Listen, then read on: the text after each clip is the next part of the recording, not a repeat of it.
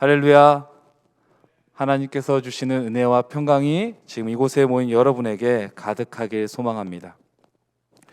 저는 군 생활을 공익근무 요원으로 지냈습니다.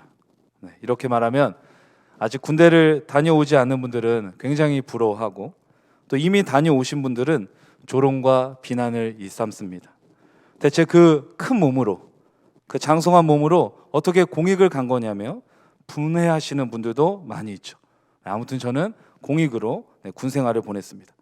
제가 공익 근무를 했던 곳은 그 광화문에 있는 정부 중앙청사의 한 정부 부처였어요. 많은 공무원분들이 일하는 그런 곳이었습니다.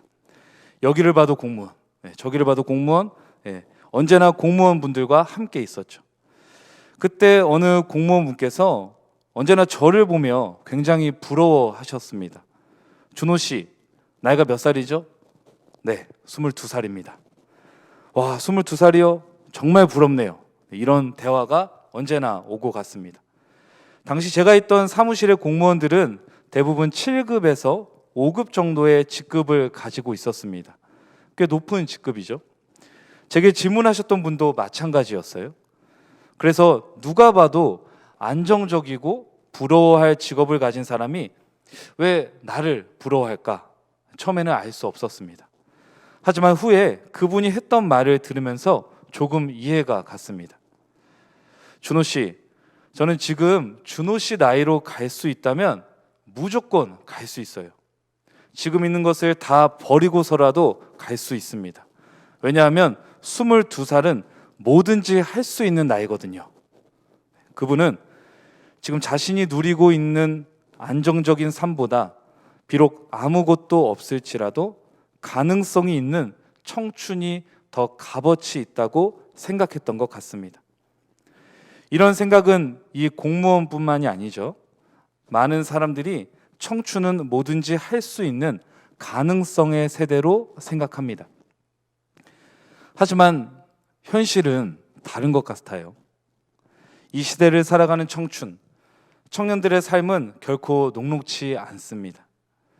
사회적인 지표를 나타내는 숫자를 굳이 내보이지 않더라도 청년들은 과열된 경쟁과 또 물질이 우선시되는 땅 위에 발을 디디며 살아가고 있습니다.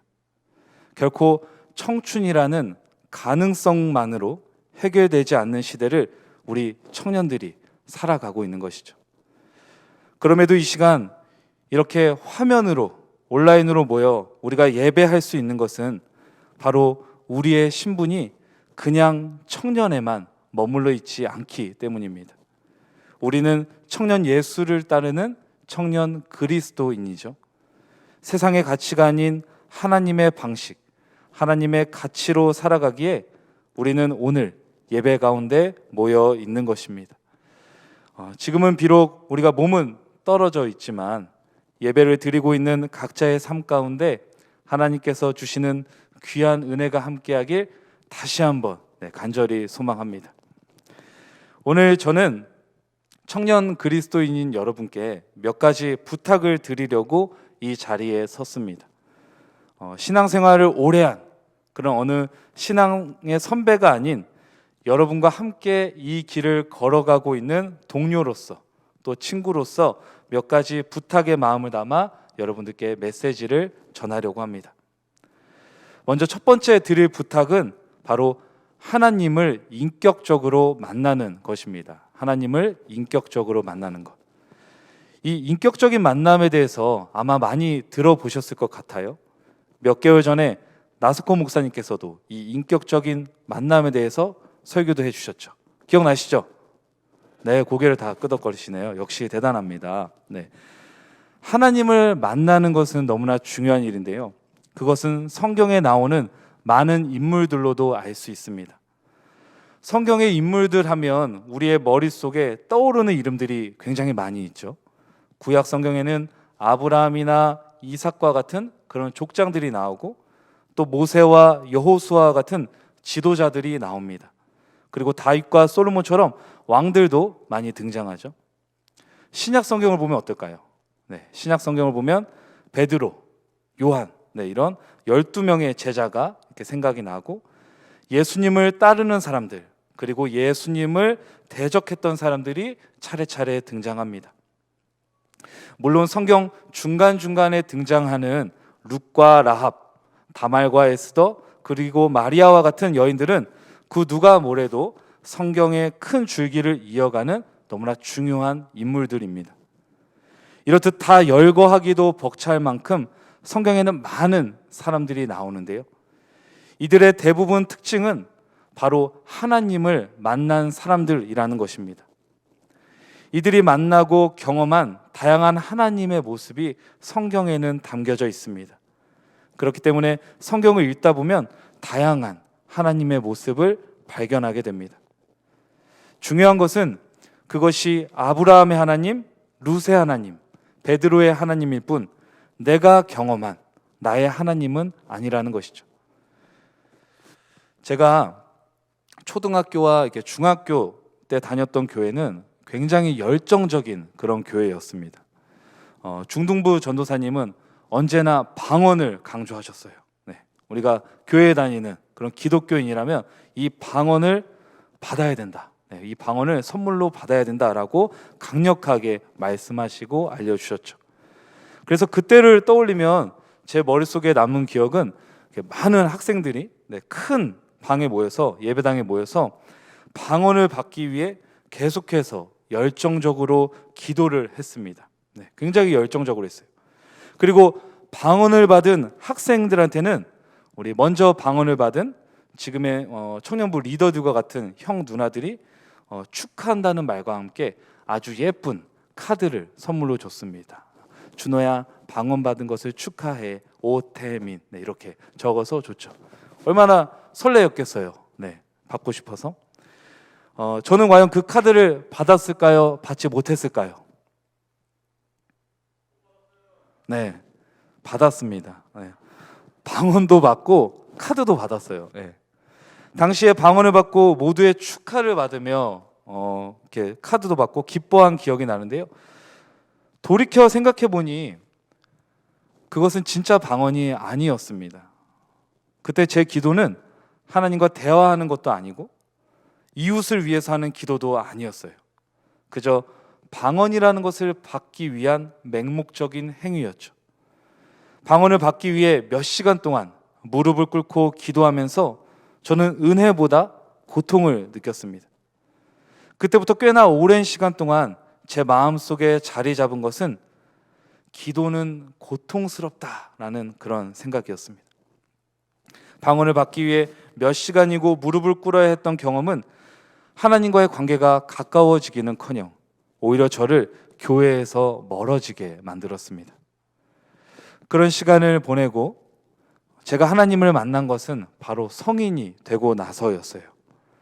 나이는 먹었지만 습관적으로 아니면 또 누군가의 관계 때문에 교회에 나갔기 때문에 저에게는 신앙적인 깊이가 없었습니다. 그러던 어느 날 다른 사람들이 열정적으로 기도하는 모습을 보면서 대체 저 사람들은 어떻게 저렇게 하나님 앞에 애타게 기도를 할 수 있을까? 어떻게 하나님을 저렇게 찾으며 기도할 수 있을까? 나도 저렇게 진심으로 기도하고 싶다라는 간절한 마음이 들었습니다. 그리고 그 간절함으로 하나님을 찾기 시작했죠. 그런 간절함 속에서 하나님은 저를 만나 주셨습니다. 그때 제가 만난 하나님은 그동안 내가 발견하지 못했을 뿐 언제나 내 안에 계셨고 나와 동행하시는 그런 분이셨습니다. 하나님께서 예레미야 선지자에게 말씀하셨던 내가 너를 안다 라는 이 말씀이 제가 처음 만난 하나님이었습니다. 여러분들에게도 이런 경험 또 이런 만남이 있길 바랍니다. 성경의 인물이 만난 하나님, 또 이 앞에서 말을 전하고 있는 제가 만난 저의 하나님이 아닌 여러분의 삶 속에서 이미 함께 하시고 살아계신 하나님을 만나길 원합니다.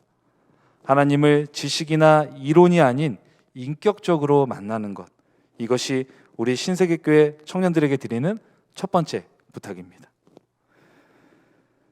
우리가 이제 청년들 하면 한 20년 정도, 어렸을 때부터 교회 다닌 청년들은 20년 정도 이렇게 신앙생활을 한 청년들도 있고 오랫동안 이렇게 신앙생활을 한 분들이 계세요. 신앙생활을 하다 보면 많이 듣게 되는 그런 말들이 있습니다. 교회에 다니는 사람만 알 수 있는 말이나 표현인데요. 그 중 하나가 바로 첫사랑을 회복하라라는 말입니다. 세상에서 봤을 때 이 첫사랑을 회복하는 것은 많은 분들에게는 관계적인 파괴를 가져오는 그런 굉장한 위험한 말일 수 있습니다. 저도 첫사랑을 회복하면 큰일 나죠. 네. 하지만 이 말을 신앙적으로 가져오면 어떤 말일까요? 하나님과의 첫사랑의 회복을 의미합니다.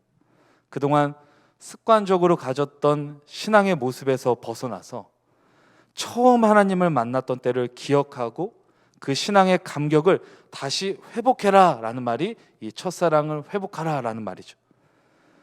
하지만 저는 하나님과의 첫사랑을 회복하는 것을 넘어서서 신앙의 흔들림 그리고 신앙의 사춘기를 겪어보라고 말하고 싶습니다. 이것이 제가 여러분께 드리는 두 번째 부탁이에요. 하나님을 만나는 경험은 너무나 황홀하고 멋진 그런 경험입니다. 세상의 모든 것들이 아름다워 보이고 또 내가 만나는 모든 사람들에게 하나님을 전하고 싶은 그런 열정이 솟아오르게 되죠. 하지만 이런 멋진 순간이, 이런 황홀한 순간이 신앙적으로는 가장 경계해야 하는 그런 순간입니다. 왜냐하면 나의 신앙적인 경험을 잣대로 삼아서 함부로 상대방을 평가하기 때문이죠.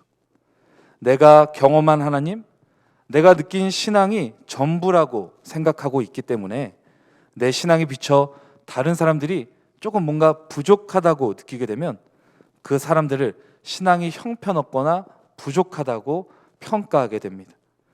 그렇기 때문에 흔히 말하는 이 첫사랑, 처음 하나님을 만난 경험이 지나고 나서 다시 한번 신앙이 변화되고 깊어지는 그런 과정이 꼭 필요합니다. 제가 좋아하는 성경 인물 중에 니고데모라는 사람이 있어요. 저의 설교에서 자주 등장하는데요. 이 니고데모는 예수님 당시에 산헤드린 공회에 속해 있던 그런 사람이었습니다. 산헤드린 공회는 당시 유대인들의 어떤 최고의 공적인 모임으로 많은 영향력을 가진 제사장이나 서기관 그리고 이름 꽤나 날리는 장로들이 이곳에 속해 있었습니다. 한마디로 엘리트 집단이 바로 그 산헤드린 공회였어요. 그런데 이런 엘리트 집단에 속해 있던 니고데모가 한밤중에 예수님을 찾아갔습니다. 니고데모가 예수님을 찾아간 이유는 단 한 가지였는데요. 바로 예수님과 직접 대화를 나누기 위해서였습니다. 바리새인으로서 누구보다도 율법을 잘 이해하고 또 삶으로 지켜내는 사람이 바로 니고데모였어요. 지식적으로나 행동으로나 흠잡을 것이 없는 사람이 바로 니고데모였죠. 하지만 그는 예수님을 메시아로 알아봤고 예수님과 대척점에 있던 자신의 신분을 넘어서서 예수님을 찾아갔습니다. 자신이 그동안 쌓아올린 지식의 높은 탑을 뛰어넘어 진정한 진리이신 예수님께 다가간 것이죠. 성경에는 예수님과 니고데모의 대화가 어떻게 마무리되었는지 나와 있지 않습니다. 하지만 이후 성경에 등장하는 니고데모의 모습을 보면 그가 조금씩 변해져 가는 것을 알 수 있습니다. 예수님을 음해하려는 세력들에게 예수님을 변호하거나 예수님이 십자가에 못 박혀 돌아가신 이후에도 끝까지 함께한 사람으로 니고데모가 기록되고 있습니다. 그가 예수님과 어떤 대화를 나누고 또 어떤 깨달음과 결론에 이르렀는지 알 수 없지만 아마도 그는 그동안 자신이 쌓아왔던 지식이 어떤 것인지 고민했을 것입니다. 또한 그동안 목숨처럼 지켜왔던 자신의 율법적인 신앙이 과연 누구를 위한 것인지 곰곰이 생각해 봤을 것입니다. 그리고 이런 고민과 흔들림 속에서 예수님을 선택했을 것입니다. 그동안 자신의 지식과 진리처럼 여긴 율법을 안경 삼아 세상을 바라봤다면 이제는 예수님의 말씀을 안경 삼아 세상을 바라보게 된 것이죠.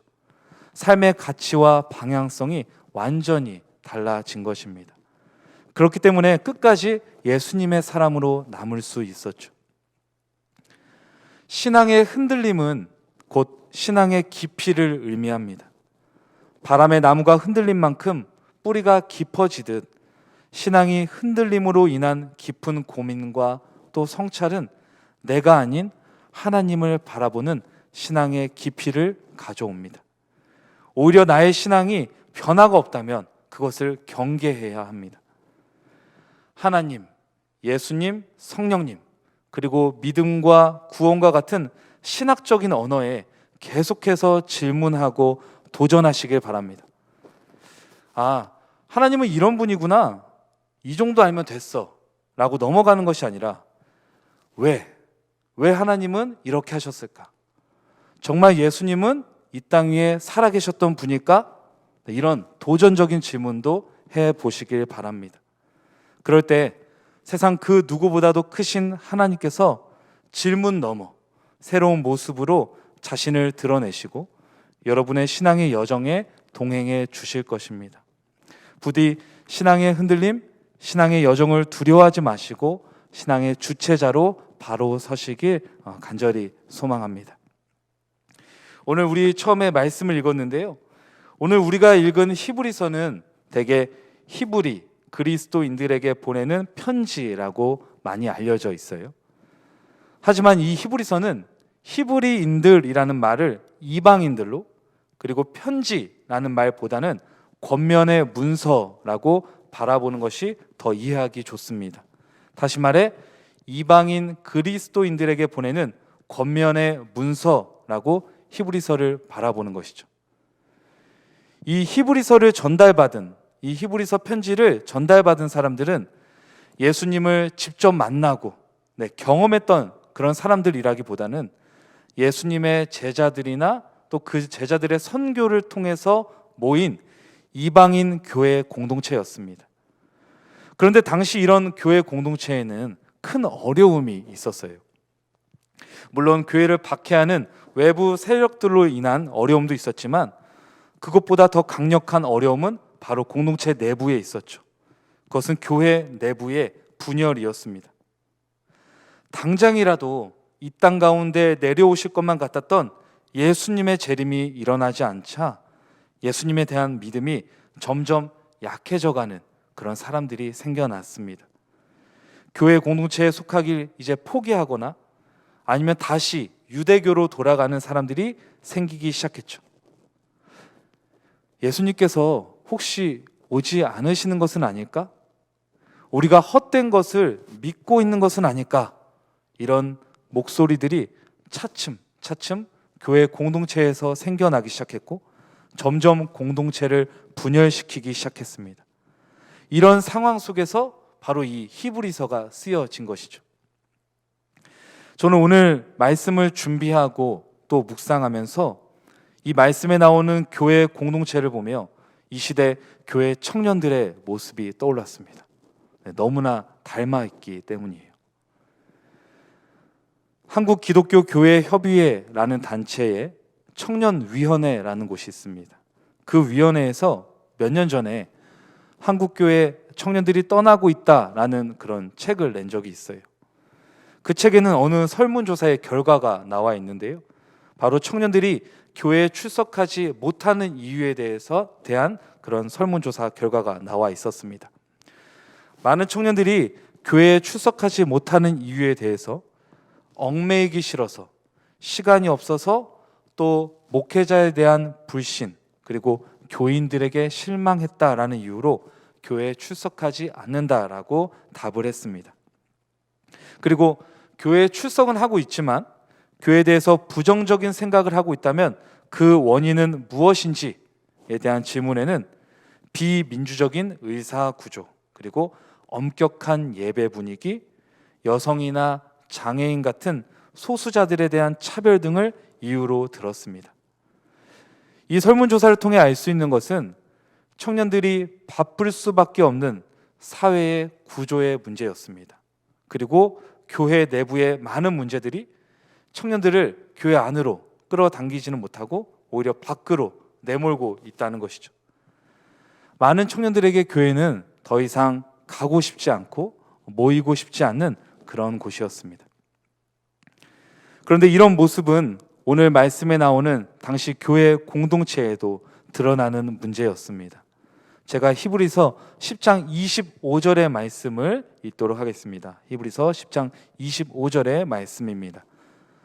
어떤 사람들의 습관처럼 우리는 모이기를 그만하지 말고 서로 격려하여 그 날이 가까워 오는 것을 볼수록 더욱 힘써 모입시다. 아멘. 히브리서에 나오는 교회 공동체가 처한 위기는 바로 모이기가 쉽지 않다는 것이었어요. 외부의 박해뿐만 아니라 개인의 신앙이 나태해지면서 교회 공동체에는 사랑이 점점 식어져 갔습니다. 또한 기존의 종교로 돌아오라는 그런 회유가 끊임없이 이어졌기 때문에 공동체가 모이기 힘들어졌죠. 우리들이 살아가고 있는 시대 역시 마찬가지입니다. 사람들은 일에 치이고 또 관계에 치여서 스스로 고립되어 가고 있습니다. 점점 개인화가 되어가고 있는 것이죠. 세상은 이런 개인화가 어쩔 수 없는 현상이며 갈수록 더 심화될 것이라고 말하고 있습니다. 코로나19가 지속되면서 이런 개인과 개인의 장벽은 더 이상 넘어설 수 없는 높고 두터운 그런 벽이 되었습니다. 이런 사회 분위기 속에서 교회 공동체가, 특히 청년 공동체가 모여서 만남과 모임을 유지하기란 너무나 어려운 일입니다. 하지만 저는 청년 여러분에게 이 공동체를 지키고 모이고 사랑해달라고 말하고 싶습니다. 이것이 제가 여러분께 드리는 마지막 세 번째 부탁입니다. 폭설이 내리게 되면 산속에 있는 마을들은 눈 속에 파묻히게 돼요. 이때 필요한 게 뭘까요? 이때 가장 필요한 것은 바로 자신의 집 앞 눈부터 치우는 그런 작업입니다. 점차 눈을 치워나가며 나의 집 앞에 길을 내다보면 어느새 옆집과도 맞닿아 연결이 되게 되죠. 저 언덕에 있는 연세 많이 드신 할머니가 힘에 부쳐서 집 앞에 눈을 다 못 쓸어도 아랫집에 있는 힘이 좋은 삼촌이 계속해서 쓸어내어 길을 만든다면 그 할머니의 집과도 연결이 됩니다. 그리고 이 연결된 길을 통해 마을 사람들이 다시 드나들며 소통을 하게 되고 그것으로 인해 마을은 다시금 고립되지 않고 살아나게 되는 것이죠. 오늘 우리의 삶 속에도 폭설이 내렸습니다. 바쁜 세상살이와 코로나가 만나 거대한 폭설이 되었고 우리는 고립되었습니다. 이제 필요한 것은 내 앞에 놓인 불신과 갈등 그리고 미래에 대한 염려의 눈을 치우며 길을 만드는 것입니다. 누군가는 힘에 부쳐서 다 못 쓸어낼 수 있어요. 하지만 그때 다른 누군가가 더 힘을 내어 쓸어내고 길을 만든다면 우리는 연결될 수 있습니다. 예수님도 이 사실을 잘 아셨어요. 공생애를 시작한 예수님의 나이는 30살이었습니다. 예수님도 청년이었죠. 청년 예수가 했던 일은 바로 사람들을 모이게 하는 것이었습니다. 그러나 이 모임에는 조금 특별한 것이 있었는데 당시 사회에서 사람들이 어울리기 꺼려하거나 직업적으로 천대받는 그런 소외되고 인정받지 못하는 사람들이 주를 이루었다는 것입니다. 하지만 그들이 한 명 한 명일 때는 보잘것없었지만 예수님을 통해 모였을 때 세상을 바꾸는 그런 공동체가 되었습니다. 중요한 것은 이 모든 것은 예수 그리스도로 인해 가능했다는 것이죠. 오늘 말씀 히브리서 10장 19절에서 22절 말씀을 보면 이렇게 나와 있어요. 제가 읽겠습니다. 그러므로 형제자매 여러분, 우리는 예수의 피를 힘입어서 담대하게 지성소에 들어가게 되었습니다. 예수께서는 휘장을 뚫고 우리에게 새로운 살 길을 열어주셨습니다. 그런데 그 휘장은 곧 그의 육체입니다. 그리고 우리에게는 하나님의 집을 다스리시는 위대한 제사장이 계십니다. 그러니 우리는 확고한 믿음을 가지고 참된 마음으로 하나님께 나아갑시다. 우리는 마음에다 예수의 피를 뿌려서 죄책감에서 벗어나고 맑은 물로 몸을 깨끗이 씻었습니다. 아멘. 우리 한 명 한 명은 세상에서 봤을 땐 보잘것없는 존재일지도 모릅니다. 하지만 우리에겐 특별한 지위가 있죠. 그것은 바로 하나님의 자녀 그리스도인이라는 것입니다.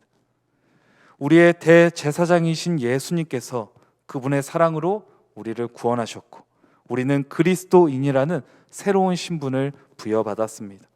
그렇기 때문에 우리는 담대함을 가지고 세상에서 청년 그리스도인으로 살아갈 수 있습니다.